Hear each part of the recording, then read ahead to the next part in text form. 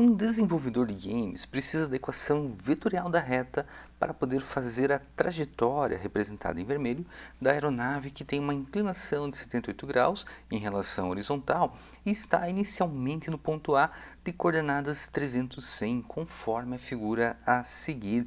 Então é o mesmo caso do exercício anterior, a única diferença é que nesse momento nós vamos fazer a respectiva equação vetorial. Então, com base nessas informações, qual é a respectiva equação vetorial? A equação vetorial de uma reta, ela é da forma A mais lambda vezes um vetor v que fornece a direção da reta, e em particular lambda é um número que pertence ao conjunto dos reais, e nós vamos precisar então do nosso ponto A, um ponto que pertence à reta, e também vamos precisar aqui de um vetor v, um vetor que fornece a direção dessa reta.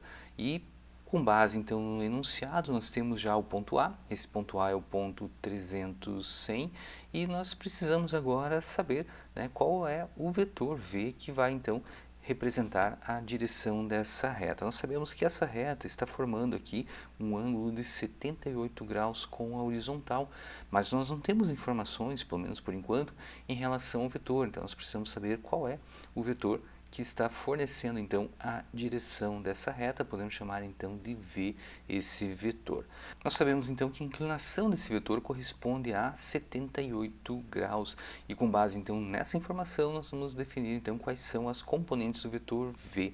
Então nós sabemos que a tangente de 78 graus, usando uma calculadora, nós vamos chegar nesse resultado, corresponde a 4,7.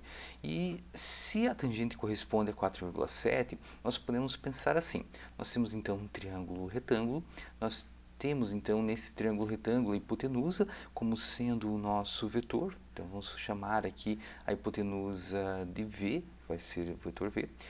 O valor aqui do cateto adjacente, né, um ângulo de 78 graus aqui, nós podemos chamar então de x, e o cateto oposto a esse ângulo nós vamos chamar ali de y. Então note que a tangente corresponde ao cateto oposto dividido pelo cateto adjacente. Então podemos escrever aqui que tangente de 78 graus vai ser y sobre x.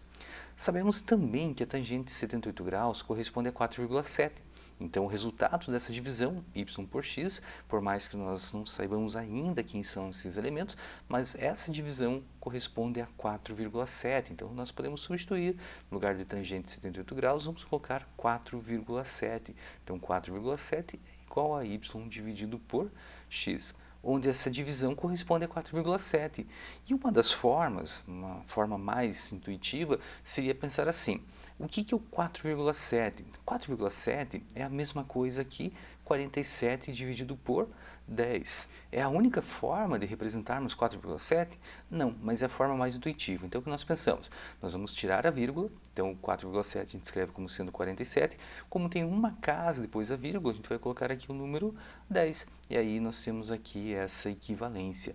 E aí nós vamos repetir ali o y sobre x, então podemos colocar igual y dividido por x. E agora fica fácil, nós sabemos então que o x corresponde a 10 e que o y corresponde a 47. Então nós já temos o vetor v.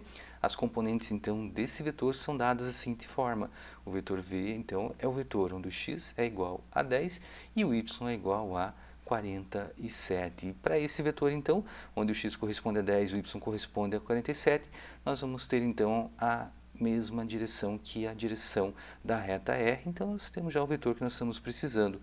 Portanto, a nossa reta R vai ter a seguinte equação vetorial: A mais lambda vezes V, onde o A é igual a 300, mais lambda, um número qualquer, a gente sempre vai deixar aqui na forma lambda, que multiplica V, no caso aqui 10,47.